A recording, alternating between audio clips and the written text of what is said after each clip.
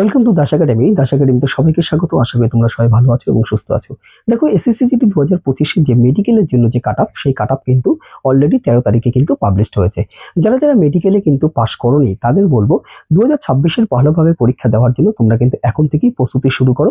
মন খারাপের কিন্তু কোনো কারণ নেই। 2026-এ কিন্তু তোমাদের অবশ্যই ভালো রেজাল্ট হবে, এই আশা আমি করছি। যারা মেডিকেলে পাস করলে তাদের বলবো তোমরা কিন্তু আর বসে না থেকে যেটুকু যদি কোনো সমস্যা থাকে, তাহলে বিশেষ করে চোখের জন্য তোমরা কিন্তু অবশ্যই, যদি ডক্টর এখনো না দেখিয়ে থাকো তাহলে কিন্তু অবশ্যই একটা ডাক্তার দেখিয়ে নিয়ে তোমরা নিজেরা তৈরি থাকো। এবং ডকুমেন্ট ভেরিফিকেশনের জন্য অবশ্যই ডোমিসাইল সার্টিফিকেটটা কিন্তু তোমরা রেডি রাখো। এবার আমাদের আজকের যে আলোচনা, তোমরা থাম্বনেল দেখলে অবশ্যই বুঝতে পারছো যে মেডিকেল কবে শুরু হতে পারে, অক্টোবর মাসে না নভেম্বর মাসে, সেটা নিয়ে আজকে আলোচনা করব। যদি ভিডিওটা ভালো লাগে তাহলে অবশ্যই তোমরা কিন্তু চ্যানেলটা অবশ্যই লাইক, কমেন্ট, শেয়ার করো। এবং যদি যারা নতুন আছো তারা চ্যানেলটা অবশ্যই সাবস্ক্রাইব করো, যারা নতুন এই কিছু আপডেট পাওয়ার জন্য। দেখো, আজকে আমি মোটামুটি যেটুকু জানতে পেরেছি সেটুকু থেকেই কিন্তু তোমাদের বলছি যে মেডিকেল কবে শুরু হতে পারে। এটা কিন্তু একটা সম্ভাব্য কিন্তু ডেটের কথা আমি তোমাদের কাছে আজকে বলবো। তো যাই হোক, শুরু করি। দেখো, এসএসসি-জিডি 2025 মেডিকেল ডেট, অর্থাৎ মেডিকেল এবং ডকুমেন্ট ভেরিফিকেশন। বারবার করে বলছি কিন্তু, যে সমস্ত স্টুডেন্ট, অর্থাৎ যে সমস্ত আমার ভাই এবং বোনেরা এসএসসি-জিডি 2025-এ মেডিকেলের জন্য ডাক পেয়েছো, তাদের বলছি, আবার বলছি আরেকবার, কিন্তু তোমরা কিন্তু নিজেরা তৈরি হও। মেডিকেল কিন্তু আমাদের শুরু হতে চলেছে। কত তারিখে শুরু হতে চলেছে সেটা নিয়ে কিন্তু আলোচনা করছি।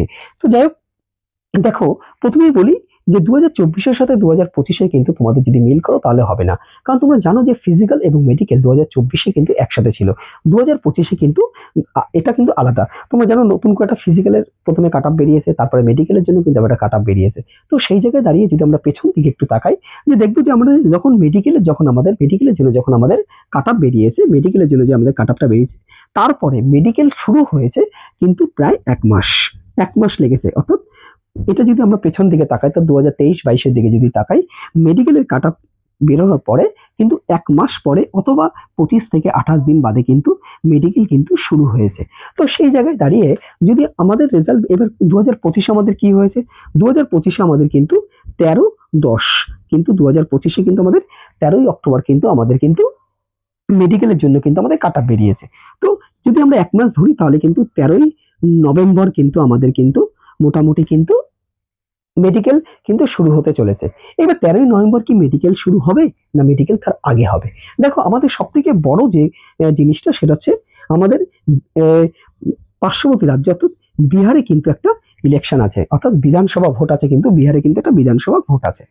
তো সেই জায়গায় দাঁড়িয়ে কিন্তু বিহারের ইলেকশনটা কিন্তু 6 থেকে 11 এবং 14 তারিখে কিন্তু এর কিন্তু ইলেকশনের রেজাল্ট আছে। তো বিহার ইলেকশনের কথা যদি এসএসসি বোর্ড যদি চিন্তা করে, তাহলে কিন্তু আমাদের কিন্তু 14 তারিখের পরে কিন্তু শুরু হবে। কারণ তোমরা জানো যে একটা ইলেকশন করতে গেলে পরে কিন্তু বেশ কিছু ফোর্সের দরকার হয়। তো সেই জায়গায় দাঁড়িয়ে কিন্তু যদি বিহার ইলেকশনের কথা যদি এসএসসি বোর্ড চিন্তা করে, তাহলে কিন্তু 14 তারিখের পরে কিন্তু আমাদের মেডিকেল শুরু হবে। এবং যদি বিহারের ইলেকশনের কথা চিন্তা না করে, অর্থাৎ তার মধ্যেই যদি শুরু করে, তাহলে কিন্তু তোমরা নভেম্বরে কিন্তু ফার্স্ট উইক, অর্থাৎ 3 থেকে 5 তারিখের মধ্যে কিন্তু তোমাদের মেডিকেল শুরু হবে। যদি 3 থেকে 5 তারিখের মধ্যে শুরু হয়, তাহলে কিন্তু আমাদের হাতে বেশি সময় নেই। আবার বলছি, যে সমস্ত ভাই এবং বোনেরা যারা মেডিকেলের জন্য পাস করেছো, অর্থাৎ মেডিকেল দিতে যাবে, তারা কিন্তু প্রস্তুতি নিয়ে নাও এবং কাগজপত্রগুলো রেডি রাখো। আর যদি 3 থেকে 5 তারিখ, অর্থাৎ নভেম্বরের ফার্স্ট উইকে না শুরু হয়, তাহলে কিন্তু অবশ্যই নভেম্বরে কিন্তু 14 তারিখের পরে কিন্তু শুরু হবে। এটা মোটামুটি তোমরা ধরে নিতে পারো। তো যাই হোক, আজকের মোটামুটি এটাই একটা আপডেট ছিল।